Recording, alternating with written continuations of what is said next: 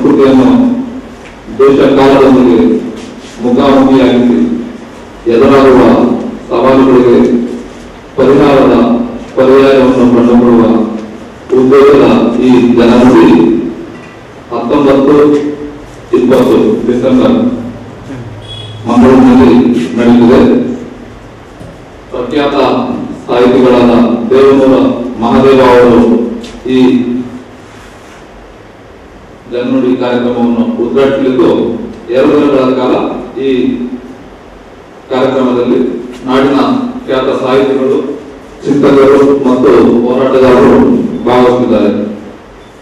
ಹೀಗೆ 3 ವರ್ಷಗಳ ಹಿಂದೆ ಅಭಿಮತ ಎಂಬ ಕೆಲವೇ ಸಮಾನ ಮನಸ್ಕ ಸಂಘಟನೆಯ ಮೂಲಕ ಪ್ರಾರಂಭಗೊಂಡ ಜನನುಡಿ ಇಂದು ನಾಡಿನ ಸಾಹಿತ್ಯ, ಸಾಂಸ್ಕೃತಿಕ, ಸಾಮಾಜಿಕ ಮತ್ತು ರಾಜಕೀಯ ಕ್ಷೇತ್ರದ ನಾಯಕರ ಗಮನ ಸೆಳೆಯುತ್ತಿರುವ ಪ್ರಮುಖ ಕಾರ್ಯಕ್ರಮವಾಗಿದೆ.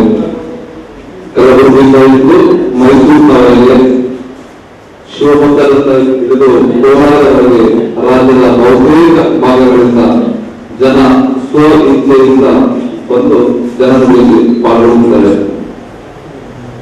ಇವತ್ತು ಮುಕ್ತವಾಗಿ ಅಭಿಪ್ರಾಯ